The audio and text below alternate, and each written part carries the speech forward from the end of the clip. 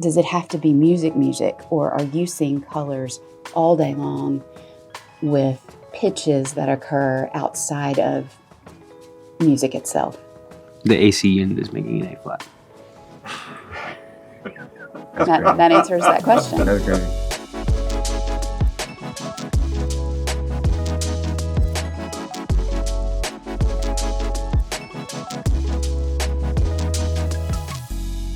Yeah. We're tired. Yeah. We're tired. What?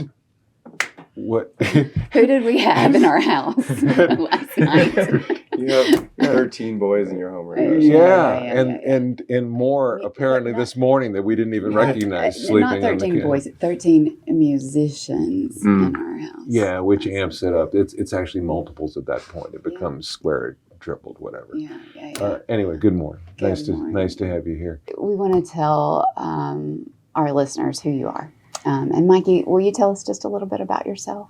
Sure. Hi, I'm Mikey Jose. I am a PhD candidate from Vancouver, Canada, British Columbia, Canada. It's not the same as Toronto. I study neuroscience, but I also make music, and I like living in the intersection between both of those worlds.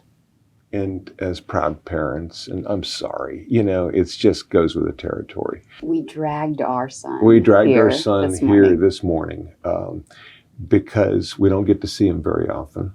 Right. And the combination of having Mikey and Harrison together is a synergy that doesn't only work on stage, but also works in conversation, as we realized late at night when you guys got here and said, oh my gosh, this is magic, just hearing you guys together. So our son, Harrison thinks. My name is Harrison. I'm the byproduct of these two finding each other and being Mikey's friend. I'm not a PhD candidate, but I do enjoy good chats. You are a musician in Nashville, currently based in Nashville, Tennessee. And can I ask you something? Because I introduce you, or I talk about you as a touring musician. Is that appropriate? I would say that I'm a touring musician, but I'd say that's only one aspect of what I do. Okay. You could also call me a recording artist.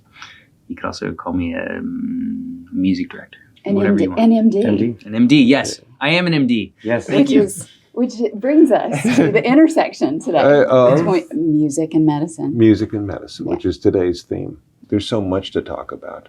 But I think in keeping this kind of on a central medical theme, I want to clarify exactly why we're sitting here this morning. And you guys played a show last night, and just seriously, I mean, I'm still using old guy terms. You knocked it out of the park. It was fire. But we're all kind of hoarse and we're all kind of tired. But how on earth did somebody with synesthesia, is that a synesthete? Synesthete. A synesthete run into a guy who's a neuroscientist with an interest in the intersection of music and medicine, and including synesthesia? How'd that happen? That's a great question for Mikey.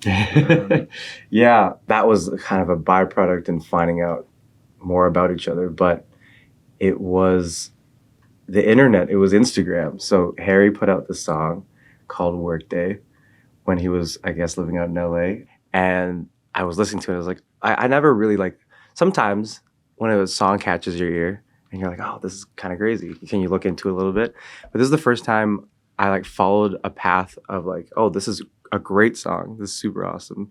And then I looked at the Instagram link that was connected to the song, and I was like, this guy has no followers. It's crazy. this guy's not famous, and that's kind of wild. Because usually when I'm listening to a song, I'm like, oh, this is really clean, awesome. They've got there's out of reach. They've got signed to a label or something like that. I was like, oh, this guy's starting out. He's got one single out. So I cold DM'd him, which is, I guess, the cold email of today. And we just hit it off for some reason. I don't even know why or how, but it's just I think the shared love for the intersection of the music that we love just shone.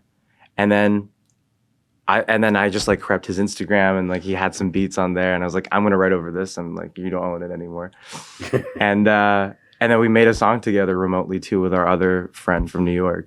and the rest is history. Yeah, It's crazy. Here we are. It's so fun, by the way, to watch you two on stage together, all of you on stage together.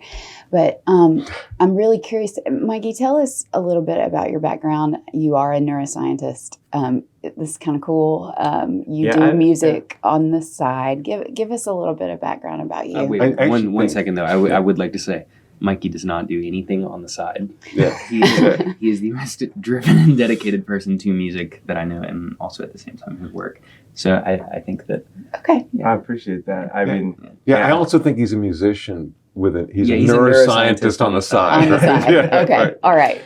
I've always loved both, like the science realm and also the art realm. Mm-hmm. I used to see them as very separate things.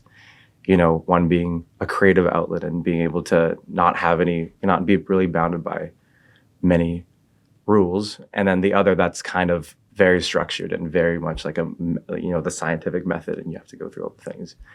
And then over time, they've kind of just informed each other. So as like a musician and making music growing up, I'm sure Harry also like identifies with this, is the more you create, the more questions you have about, why certain things happen. And, for me, it was, how does music have this crazy emotional impact? And as a consumer of music, you can listen to like a Marvin Gaye tune or like a Stevie Wonder tune and be transformed and changed.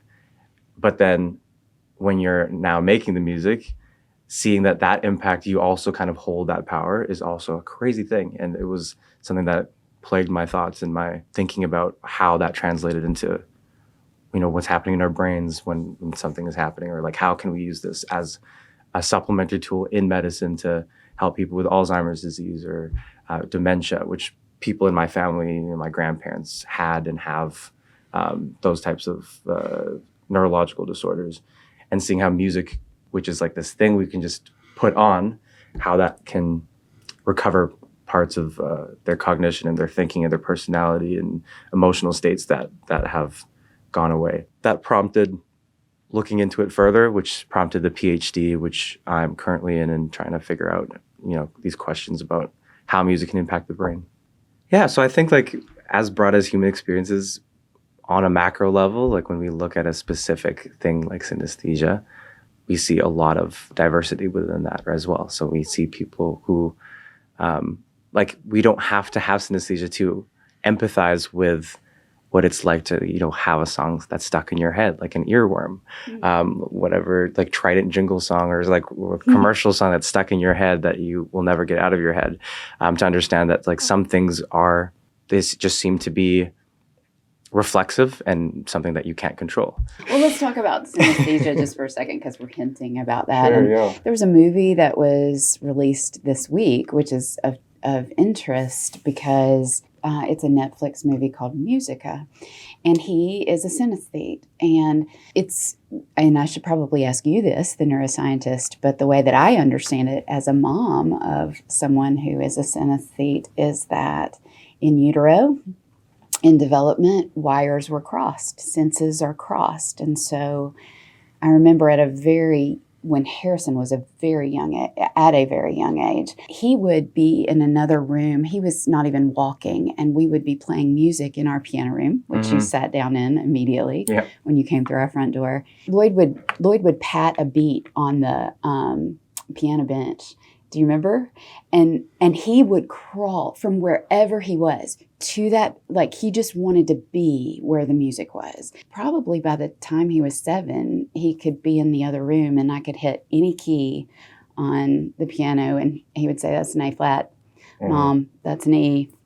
And so we've kind of taken for granted the gift that he has, but I think it's rather rare. And I think the American public with this new movie called Musica is going to actually have a window into what someone's brain is like when there is a cross wiring.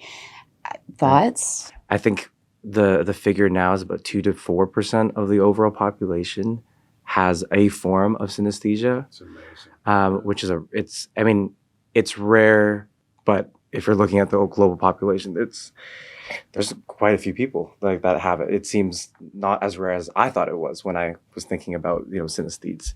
But what's interesting is I think the research is saying there's like 60 different types or combinations of modalities of synesthetes. So in this case that we're maybe talking about more today, it's this connection between the auditory and visual sensory modalities. So seeing different colors when you're hearing notes or different pieces of music. But the most common one is like grapheme type of synesthesia. So looking at letters or numbers, and then seeing colors in that as well. So that seems to be the most common one. That's the one that's the form of synesthesia that's most studied. There's some that do speak to like prenatal sources and connectivity in the brain, and how there is this kind of cross wiring. And there's another realm of hypotheses that focus on specific overlap of parts of our brain that already integrate different sensory modalities, but are just more enhanced in people with synesthesia. And there's also people who develop synesthesia after like a traumatic brain injury or something like that, where someone who has a neurological, let's say, disorder in vision, and then that goes away over time, but then they're still able to see colors when they hear music or like they hear like notes play, which I think is interesting, getting to this idea of neuroplasticity and the fact that our brains are constantly rewiring and forming new connections, and seeing that synesthesia doesn't have to be something that you develop at a very young age or something that's like prenatal or genetically influenced, but it can also be something that's adaptive, which is very interesting too. Harrison, do you think you were born with this, or do you think it was an adaptive thing because you grew up in a musical household? I have no idea. That's my honest answer. Yeah. I have no clue. How do you, if somebody says, "Oh my gosh, that's so interesting," what is that like? I'd say it's like you looking at this wall in this room and knowing that that's gray. When I hear a note, I have an automatic reaction in my brain where it shows up as its personal color, and it's just like I'm looking at that wall and I think about it and I'm like, that's gray. The note has a color and I think about it and I'm like, oh, that's what it is. When you're learning a language and you look at a glass, we learn that this is glass in English, right? So Shannon pointed out that at a very young age you could name notes on a piano. Where do you think the association comes from? C, D, A flat. I mean, I have no idea.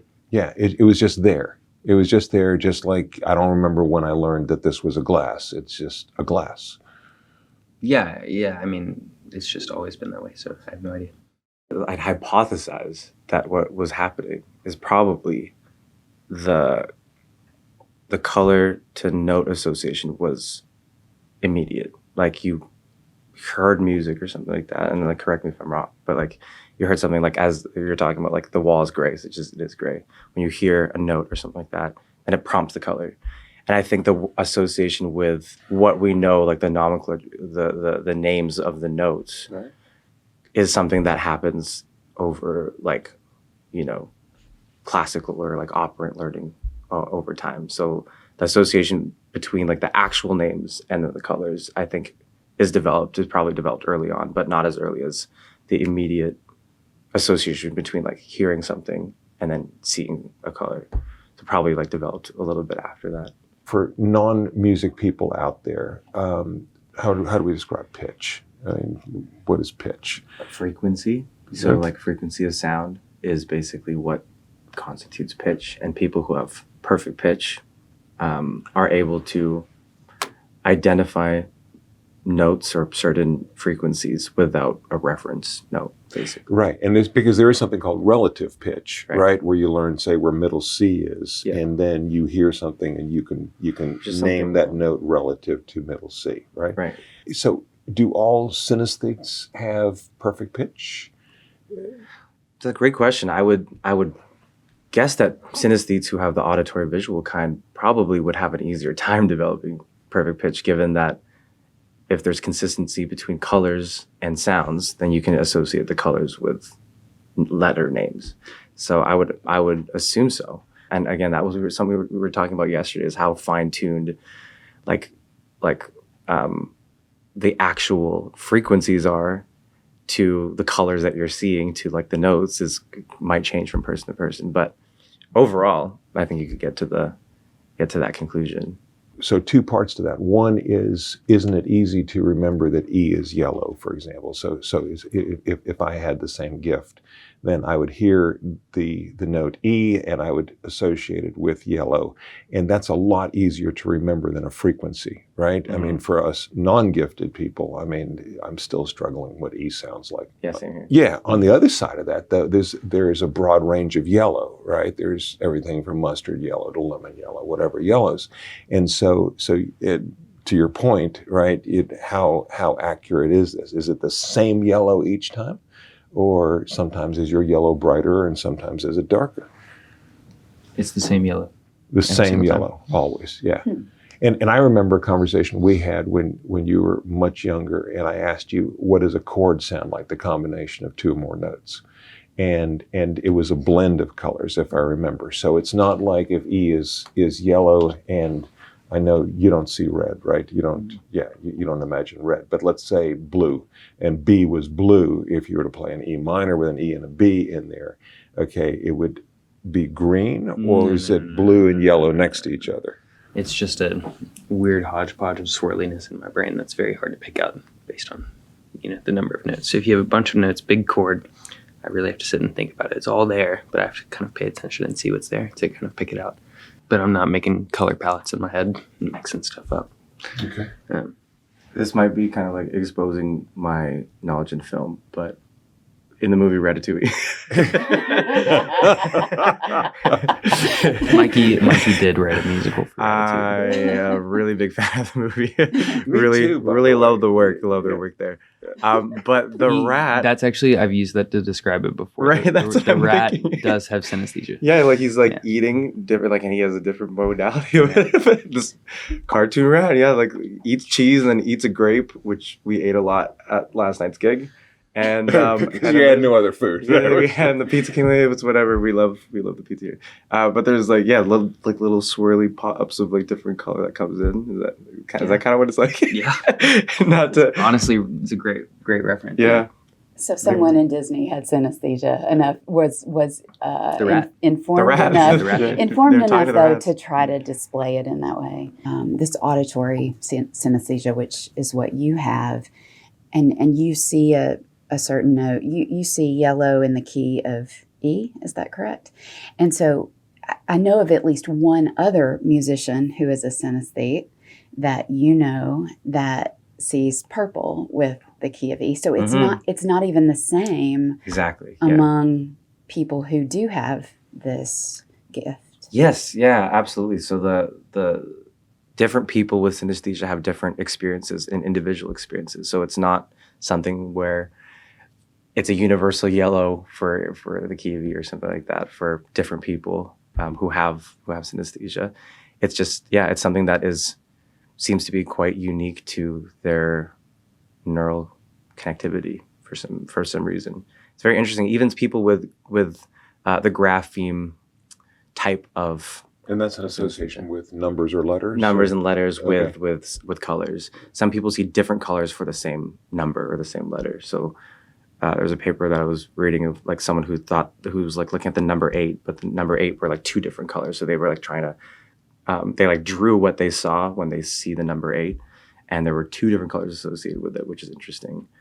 But yeah, it's different for every person.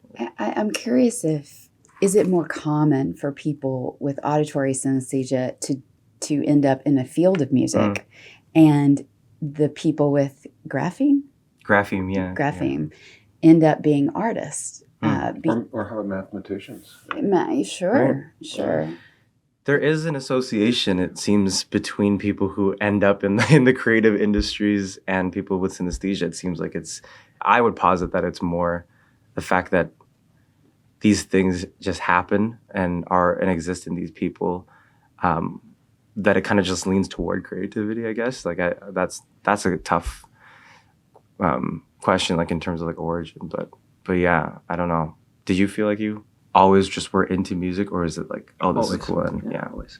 I am curious though, because so we've been talking just about music, but in your brain, and I think for synesthesia, if you are born with this and that you end up in the career with that, that's a gift. That's a blessing. Let's talk about the downside, because in this movie that comes out, and I have not seen the movie yet, but I'm very interested to see it. But I think it was portrayed as it could be a negative. It's a very interesting question. There aren't a lot of negatives to me. I would say the one thing is just that because my brain works differently and because there's always things happening that I can't turn off, I have a hard time focusing.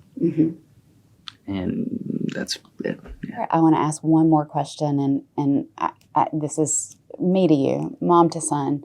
Do you hear music with an ambulance going by, with a turn of a wheel? Does it have to be music, or are you seeing colors, those little ratatouille things going off in your head all day long with pitches that occur outside of music itself? Give me 1 second. The AC unit is making an A flat. That answers that question. That's crazy. Okay. Does that not drive you crazy? It does. Yeah. Wow. Always. I'm That's why I sorry. can't focus. I'm sorry No, that it's I okay. used It's to. fine. No, I'm sorry that I used to wake you up singing off pitch, because now I know. Now I understand how painful that must have been. Don't bring that back. That is horrible. The only way I could get him out of bed. Yeah. She would sing the national anthem off key. So Which is in And- itself a and- gift. It's difficult to do.